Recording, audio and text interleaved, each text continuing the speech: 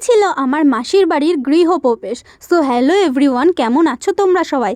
তো মাসির বাড়ির গৃহপ্রবেশ ছিল, সেই মতো চলে গিয়েছিলাম মাসির বাড়ি। এখানে গিয়েই দেখি এখানে সব জগন্নাথ দেব এসে গিয়েছিল এই বাড়িতে, আর এখানে গীতা পাঠ হচ্ছিল। তারপরে এখানে কীর্তন শুরু হয়ে গিয়েছিল। তারপরে এখানে কীর্তন করতে করতে এখানে ভোগ দেওয়া শুরু হয়ে গেছিলো। যেহেতু ভোগ দেওয়া কাউকে দেখতে নেই, তার জন্য কাপড় টানা ছিল।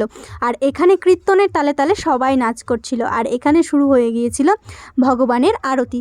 তারপরে এখানে ঘরের প্রদক্ষিণ করলো, পরিক্রমা করলো ঘরের চারপাশে। পরে এখানে ঘরের নজর দোষ কাটানো হলো নারকেলের উপর কর্পূর জ্বালিয়ে। তারপরে এখানে ঘরের ফিতে কেটে ঘরে প্রবেশ করলো। দেখতেই পাচ্ছ, আর ঘরে প্রবেশ করেই প্রথমে দর্শন করলো জগন্নাথ দেবের।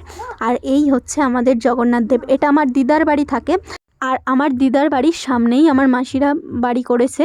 আর সেই মতো জগন্নাথ দেব চলে এসেছিলো মাসির বাড়ি। এখানে আমার বোনকে অন্ন খাওয়ানো হবে বলে এখানেই ভগবানের প্রসাদ দিয়ে প্রথমে অন্ন খাওয়ানো হলো। তারপরে এখানে বোনের অন্ন খাওয়ানোর পর আমরা সবাই চলে গেলাম প্রসাদ গ্রহণ করতে।